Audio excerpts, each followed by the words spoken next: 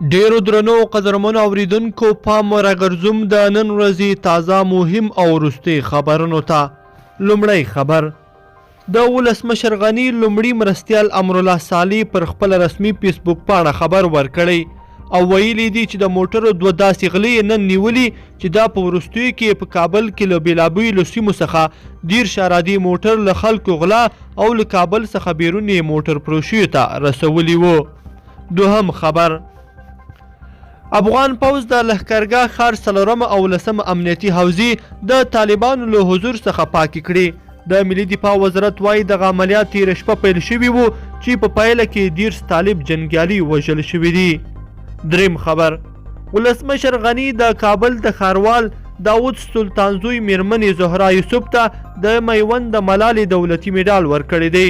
ولسمشر دا میډال تیره ورځ په چارچینار ماڼۍ کې د یو لړ ځانګړو مراسمو په ترڅ کې د هغې د تیرو 6 کلونو خدمتونو د ستایلو لپاره ورکړی دی. څلورم خبر عمر داودزی وایي پاکستانی چارواکو افغانستان کې د اوربند ټینګېدو ډاډ ورکړی.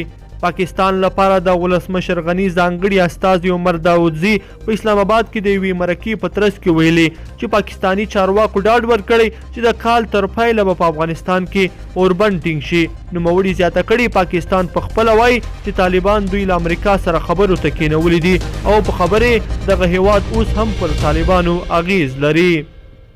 پنځم خبر هند وایي افغانان باید له بهرنۍ مداخلې پرته خپل راتلونکي وټاکي.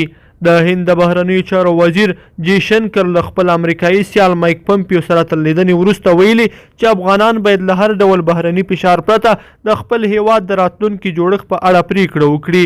یو شمېر هندي رسنیو د نوموړي له قوله ویلي چې د افغانستان ثبات د ټولې سیمې په ځانګړې توګه د هند په ګټه دی او دوی غواړي چې د سولې پروسه د بهرنیو هیوادونو له مداخلې پرته مخکې ولاړه شي.